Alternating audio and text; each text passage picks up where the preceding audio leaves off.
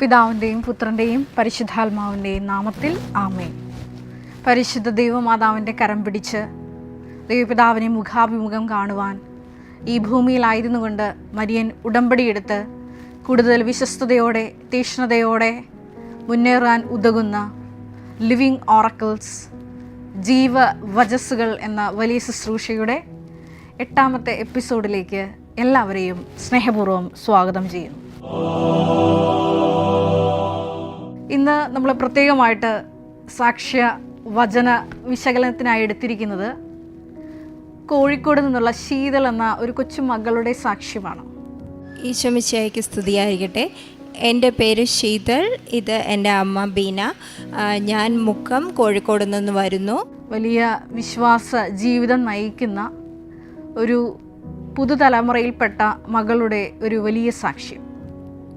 ഈ സാക്ഷ്യം ആരംഭിക്കുന്നത് ഇപ്രകാരമാണ്. കൃപാസനത്തിലോട്ട് കടന്നു വന്ന് മരിയൻ ഉടമ്പടിയെടുത്ത് പ്രാർത്ഥിച്ചു കഴിയുമ്പോൾ ഈ മകൾക്ക് ഒരു വചനം ലഭിക്കുകയാണ്. വചനം 103 സങ്കീർത്തനം 3 തിരുവചനമാണ്. അവിടുന്ന് നിൻ്റെ അകൃത്യങ്ങൾ ക്ഷമിക്കും, നിൻ്റെ രോഗങ്ങൾ സുഖപ്പെടുത്തും. അതാണ് തിരുവചനം. ഉടമ്പടി എടുത്ത ഉടനെ തന്നെ എനിക്കൊരു വചനം കിട്ടി. നിൻ്റെ ദുഷ്കൃത്യങ്ങൾ ഞാൻ ക്ഷമിക്കും, പിന്നെ നിൻ്റെ അസുഖങ്ങൾ മാറ്റും. ഇത് തന്നെ എനിക്ക് വചനം കീപ്പ് ഓൺ കിട്ടിക്കൊണ്ടിരിക്കുകയാണ്. ഈ 103 സങ്കീർത്തനം 3 തിരുവചനം ആവർത്തിച്ച് ഈ മകൾക്ക് കിട്ടുമ്പോൾ ആ മകൾ പറയുന്നുണ്ട്, എനിക്കൊന്നും മനസ്സിലായില്ല, എന്തുകൊണ്ടാണ് ഈ ഒരു മെസ്സേജ് ആവർത്തിച്ച് എനിക്ക് കിട്ടുന്നത്.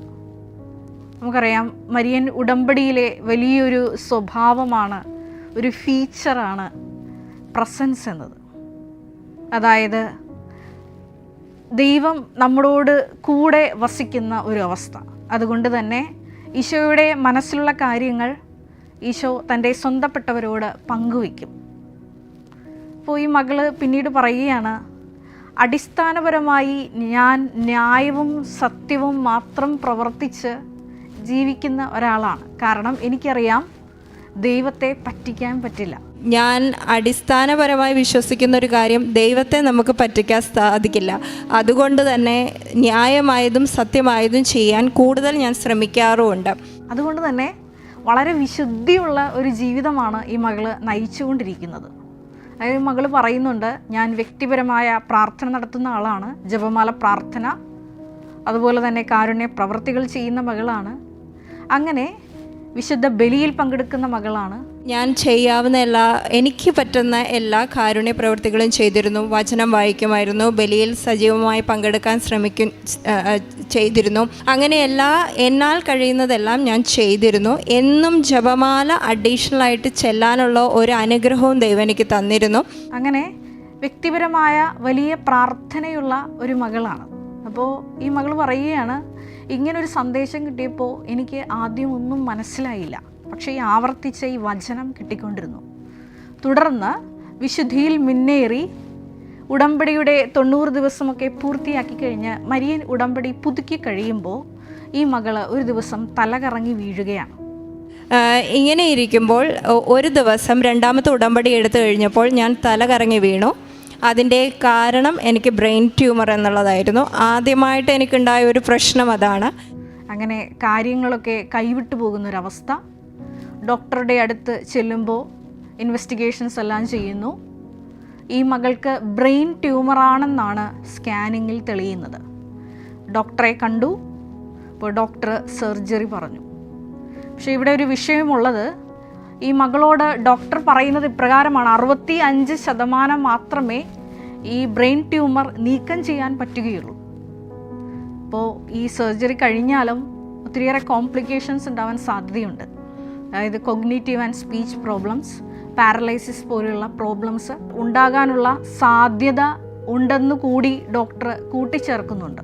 ഇതുകൊണ്ട് ഒരുപാട് പാരലൈസിങ്, ചിലപ്പോൾ ഒരുപാട് സൈഡ് എഫക്ട്സ് ഉണ്ടാവാനുള്ള ഒരു ചാൻസ് ഉണ്ട്. ലാംഗ്വേജ് ഒക്കെ പോകാനുള്ള ചാൻസ് ഉണ്ട്. അയാൾക്ക് എണീറ്റ് നിൽക്കാൻ പറ്റില്ല.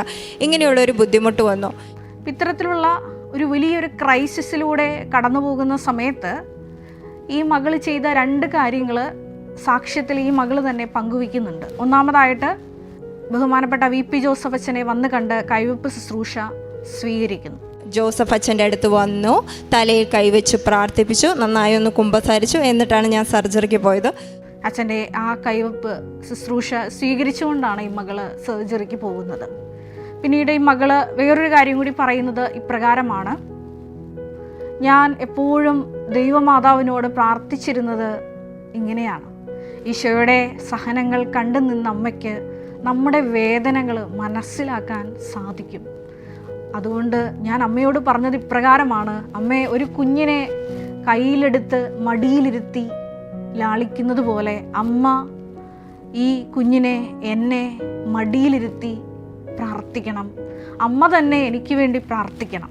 മാതാവിൻ്റെ പ്രത്യേക ഇടപെടൽ കൊണ്ട് ഞാൻ മാതാവിനോട് അങ്ങനെ തന്നെ പറഞ്ഞു: അമ്മേ മാതാവേ, അമ്മയുടെ കുഞ്ഞിനെ മടിയിലിരുത്തി അമ്മ പ്രാർത്ഥിക്കണേ. കാരണം ഈശോയുടെ സഹനങ്ങളെല്ലാം കണ്ടു നിന്ന അമ്മയ്ക്ക് തീർച്ചയായിട്ടും നമ്മുടെ വേദനകൾ ഏറ്റവും നന്നായി മക്കളെ പോലെ തന്നെ അമ്മയ്ക്ക് മനസ്സിലാകും. ഈ ഒരു വാക്ക് തന്നെ ഈ മകള് സാക്ഷ്യത്തിൽ പറയുന്നുണ്ട്. ഇങ്ങനെ പരിശുദ്ധ ദൈവമാതാവിന് തന്നെ തന്നെ ഭരമേൽപ്പിച്ച് ബഹുമാനപ്പെട്ട VP ജോസഫ് അച്ഛൻ്റെ കൈവപ്പ് പ്രാർത്ഥന സ്വീകരിച്ച് ഓപ്പറേഷന് പോയ ഈ മകളെ കാത്തിരുന്നത് വലിയൊരു ദൈവിക ഇടപെടലാണ്. 65% മാത്രമേ ഈ ട്യൂമർ എടുക്കാൻ പറ്റുള്ളൂ എന്ന് ഡോക്ടർ പറഞ്ഞെടുത്ത് 100% ഒരു കോംപ്ലിക്കേഷനും ഇല്ലാതെ ഈ ബ്രെയിൻ ട്യൂമർ നീക്കം ചെയ്യാൻ ഡോക്ടേഴ്സിന് സാധിച്ചു എന്ന് മാത്രമല്ല, വ്യക്തമായിട്ട് ഈ മകള് സാക്ഷ്യത്തിൽ പറയുകയാണ്, 3-ാം ദിവസം തന്നെ ഹോസ്പിറ്റലിൽ നിന്ന് പറഞ്ഞു വിട്ടുവെന്ന്. കാരണം അത്രയും ഹെൽത്തി ആയിരുന്നു, ഒരു കോംപ്ലിക്കേഷൻസും ഈ മകൾക്കില്ല. സർജറി 100% റിമൂവ് ചെയ്യാൻ പറ്റി, ട്യൂമർ റിമൂവ് ചെയ്യാൻ പറ്റി, ഒരു കുഴപ്പമില്ലാതെ. പിറ്റേ ദിവസം തന്നെ എന്നോട് പറഞ്ഞു, എന്നെ റൂമിലേക്ക് മാറ്റി. എനിക്കൊരു കുഴപ്പമില്ലാതെ ഞാൻ ഒരാഴ്ചയ്ക്കുള്ളിൽ തന്നെ, ആക്ച്വലി 3 ദിവസത്തിനുള്ളിൽ തന്നെ എന്നെ ഹോസ്പിറ്റലിൽ നിന്ന് പുറത്താക്കി. അതായത് മരിയൻ ഉടമ്പടിയുടെ 2ാമത്തെ ഒരു ഫീച്ചറാണ് ടൈം ഷോർട്ടനിങ്. ആ ഒരു വലിയ പ്രതിഭാസം ഈ മകളുടെ ഹീലിങ്ങിൽ കാണുന്നുണ്ട്. വീണ്ടും നമ്മൾ ഈ സാക്ഷ്യത്തിലോട്ട് കടന്നു വരുമ്പോൾ നമ്മൾ ആദ്യം കണ്ടൊരു വചന പ്രകാരമാണ് 103-ാം സങ്കീർത്തനം 3-ാം തിരുവചനം. അവിടുന്ന് നിൻ്റെ അകൃത്യങ്ങൾ ക്ഷമിക്കുന്നു, നിൻ്റെ രോഗങ്ങൾ സുഖപ്പെടുത്തുന്നു. വിശുദ്ധ മർക്കോസിൻ്റെ സുവിശേഷത്തിൽ സമാനമായിട്ടുള്ള ഒരു തിരുവചന ഭാഗം നമ്മൾ വായിക്കുന്നുണ്ട്. തളർവാദ രോഗിയെ സുഖപ്പെടുത്തുന്നൊരു ഭാഗമാണ്. അവർ മേൽക്കൂര പൊളിച്ച് കട്ടിലോടുകൂടി തന്നെ ഒരു തളർവാദ രോഗിയെ ഈശോ വചനം പ്രസംഗിച്ചിരുന്നിടത്തേക്ക് താഴെ ഇറക്കുന്ന ഒരു ഭാഗം അവിടെ നമ്മൾ വചനത്തിൽ വായിക്കുന്നുണ്ട്. അവരുടെ വിശ്വാസം കണ്ട് ഈശോ തളർവാദ രോഗിയോട് പറയുന്നത് പ്രകാരമാണ്: മകനെ, നിൻ്റെ പാപങ്ങൾ ക്ഷമിക്കപ്പെട്ടിരിക്കുന്നു. ഇത് കണ്ട് നിയമജ്ഞർ പറയുന്നുണ്ട് ഇത് ദൈവദൂഷണമാണ്. പക്ഷേ ഈശോ വീണ്ടും ആവർത്തിക്കുകയാണ്. മർക്കോസ് 2:10-11 തിരുവചനങ്ങളിലൂടെ ഭൂമിയിൽ മനുഷ്യപുത്രന് പാപങ്ങൾ മോചിക്കാൻ അധികാരമുണ്ട് എന്ന് അറിയേണ്ടതിന് ഞാൻ തളർവാദ രോഗിയോട് പറയുന്നു, നിൻ്റെ കിടക്കയും എടുത്ത് വീട്ടിലേക്ക് മടങ്ങുക എന്ന്. ഈ ഒരു വലിയ സുവിശേഷ ഭാഗത്തിലൂടെ നമുക്ക് മനസ്സിലാക്കാം, മനുഷ്യപുത്രന് പാപം മോചിക്കാൻ അധികാരം നൽകപ്പെട്ടിരിക്കുന്നു. ഈ മകള് തൻ്റെ സാക്ഷ്യത്തിൽ ആവർത്തിക്കുന്നുണ്ട്, ഞാൻ കുംഭസാരത്തിൽ വിശ്വസിക്കുന്ന ഒരാളാണ്. ഈ മകള് ഈ ഒരു 103-ാം സങ്കീർത്തനം 3-ാം തിരുവചനം ഈശോ സംസാരിച്ചതനുസരിച്ച് ആ വെളിപാട് സ്വീകരിച്ചുകൊണ്ടാണ് പറയുന്നത്, ഞാൻ കുംഭസാരത്തിൽ വിശ്വസിക്കുന്നു, ഈശോ പാപങ്ങൾ ക്ഷമിക്കുമെന്ന് ഞാൻ പൂർണ്ണമായി വിശ്വസിക്കുന്നുവെന്ന്. വീണ്ടും നമുക്ക് മറ്റൊരു തിരുവചന ഭാഗം ബൈബിളിൽ വായിച്ചെടുക്കാൻ പറ്റും. സുവിശേഷത്തിൽ തന്നെയാണ്. മത്തായിയുടെ സുവിശേഷം 1-ാം അധ്യായം 21-ാം തിരുവചനം. അവൾ ഒരു പുത്രനെ പ്രസവിക്കും, അവന് ഈശോ എന്ന് പേരിടണം, അവൻ തൻ്റെ ജനത്തെ തൻ്റെ പാപങ്ങളിൽ നിന്ന് മോചിപ്പിക്കുമെന്ന്. ഇവിടെയും നമുക്ക് കാണാൻ സാധിക്കുന്നത് ഇപ്രകാരമാണ്: അവൾ ഒരു പുത്രനെ പ്രസവിക്കും, അവന് യേശു എന്ന് പേരിടണം, അവൻ തൻ്റെ ജനത്തെ പാപങ്ങളിൽ നിന്ന് മോചിപ്പിക്കും. ഈശോയ്ക്ക് പാപം മോചിക്കാൻ അധികാരമുണ്ട്.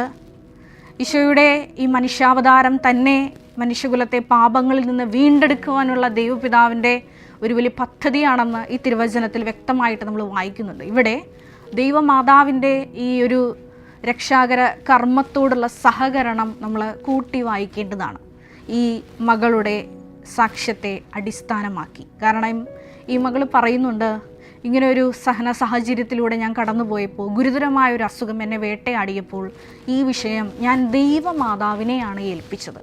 ദൈവമാതാവിനെ ഏൽപ്പിച്ചപ്പോഴാണ് സമയച്ചുരുക്കത്തിലൂടെ ഈ മകൾക്ക് വലിയൊരു സൗഖ്യം കിട്ടിയത്. ഞാൻ ഇന്ന് ഓർക്കുകയാണ്, ഈ കൊറോണ കാലഘട്ടം കഴിഞ്ഞ സമയത്ത് 2020 ശേഷമാണ് ഒരു സന്യസ്ത സമൂഹം കൃപാസനത്തിൽ ഉയർന്നു വരുന്നതുമായിട്ട് ബന്ധപ്പെട്ട് ബഹുമാനപ്പെട്ട VP ജോസഫ് അച്ഛൻ അഭിമന്യ ആലപ്പുഴ രൂപതാധ്യക്ഷന് ആദ്യമായിട്ടൊരു കത്ത് എഴുതുന്നത്.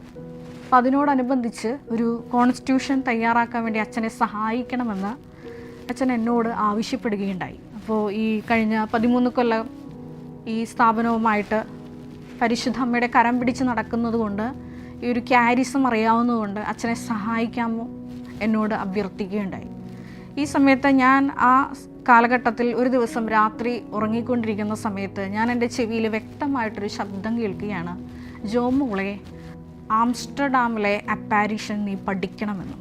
അപ്പോൾ എനിക്ക് പ്രത്യേകമായിട്ടുള്ള ദൈവിക സന്ദേശങ്ങൾ കൈമാറിയ എല്ലാവിധ അപ്പാരിഷൻസും ഞാൻ പ്രസക്തമായ സഭയുടെ അംഗീകാരമുള്ള എല്ലാ അപ്പാരിഷൻസും ഞാൻ ഡീറ്റെയിൽ ആയിട്ട് പഠിച്ചിട്ടുണ്ട്. അപ്പോൾ ആംസ്റ്റർഡാം അപ്പാരിഷനിൽ ദൈവമാതാവ് ഈ കോൺസ്റ്റിറ്റ്യൂഷൻ സംബന്ധമായിട്ട് എന്താണ് ആഡ് ചെയ്യാൻ ആഗ്രഹിക്കുന്നത് എന്നറിയാൻ ഞാൻ വ്യക്തിപരമായി ഈ ഒരു അപ്പാരിഷൻ ഡീറ്റെയിൽ ആയിട്ട് പഠിച്ചു. അപ്പോഴാണ് എനിക്ക് മനസ്സിലായത്, പരിശുദ്ധ ദൈവമാതാവിനെ സഹരക്ഷകയായി അംഗീകരിക്കണം.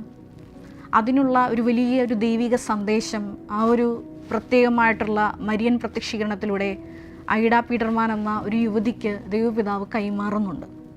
അപ്പോൾ ഞാനിത് പറയാൻ കാരണം വേറൊന്നുമല്ല, ഈ ഒരു പ്രത്യേകമായ ഈ ഒരു ഐക്കണും ഐഡൻറ്റിറ്റിയും എല്ലാം ഈ കൃപാസനം കോൺസ്റ്റിറ്റ്യൂഷനിൽ നമ്മൾ ഉൾച്ചേർത്തിട്ടുണ്ട്, മെഡൽ ഉൾപ്പെടെയുള്ള കാര്യങ്ങളിൽ.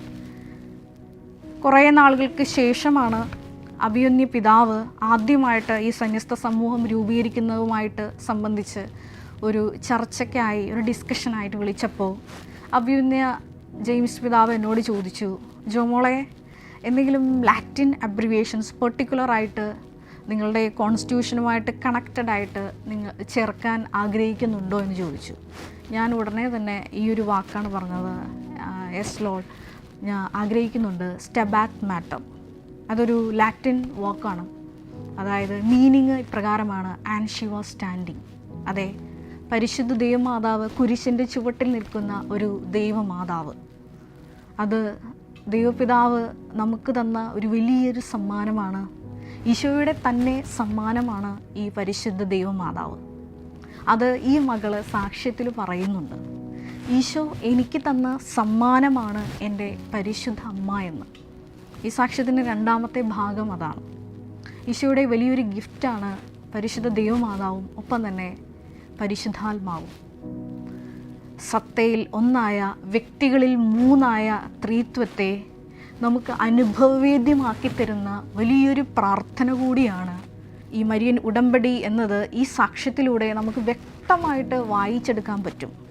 അത് എങ്ങനെയാണെന്ന് വെച്ചാൽ, നിങ്ങൾ ആദ്യം ഒരു വചനം ഞാൻ പറഞ്ഞത് ശ്രദ്ധിച്ച് കാണും. 103-ാം സങ്കീർത്തനം 3-ാം തിരുവചനം.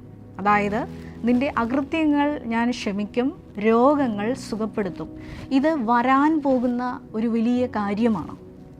ഇത് യോഹന്നാൻ്റെ സുവിശേഷം 16-ാം അധ്യായം 14-ാം തിരുവചനമാണ്. വരാൻ പോകുന്ന കാര്യങ്ങൾ അവൻ നിന്നെ അറിയിക്കും, അവൻ എനിക്കുള്ളവയിൽ നിന്ന് സ്വീകരിച്ച് നിങ്ങൾക്ക് കൈമാറും, അങ്ങനെ അവൻ എന്നെ മഹത്വപ്പെടുത്തും. വീണ്ടും തിരുവചനത്തിൽ നമ്മൾ വായിക്കുന്നത് ഇപ്രകാരമാണ്, പിതാവിനുള്ളതെല്ലാം എനിക്കുള്ളതാണ്, അതുകൊണ്ടാണ് അവൻ എനിക്കുള്ളവയിൽ നിന്ന് സ്വീകരിച്ച് നിങ്ങളോട് പ്രഖ്യാപിക്കും എന്ന് അവൻ പറഞ്ഞത്. ഇത് പരിശുദ്ധ ത്രിത്വത്തെ സംബന്ധിക്കുന്ന വലിയൊരു തിരുവചന ഭാഗമാണ്. അവൻ എനിക്കുള്ളവയിൽ നിന്ന് സ്വീകരിച്ചിട്ടാണ് നിങ്ങളോട് പ്രഖ്യാപിക്കുന്നത്. വരാൻ പോകുന്ന കാര്യങ്ങൾ പരിശുദ്ധാത്മാവ് നിങ്ങളെ അറിയിക്കുന്നത് ഈശോയിൽ നിന്ന് സ്വീകരിച്ചിട്ടാണ്. വീണ്ടും തിരുവചനത്തിൽ നമ്മൾ വായിക്കുന്നുണ്ട്, പിതാവിനുള്ളതെല്ലാം എനിക്കുള്ളതാണ് എന്ന്. അതിനർത്ഥം പിതാവും പുത്രനും പരിശുദ്ധാത്മാവും ഒന്നാണ് എന്നാണ്.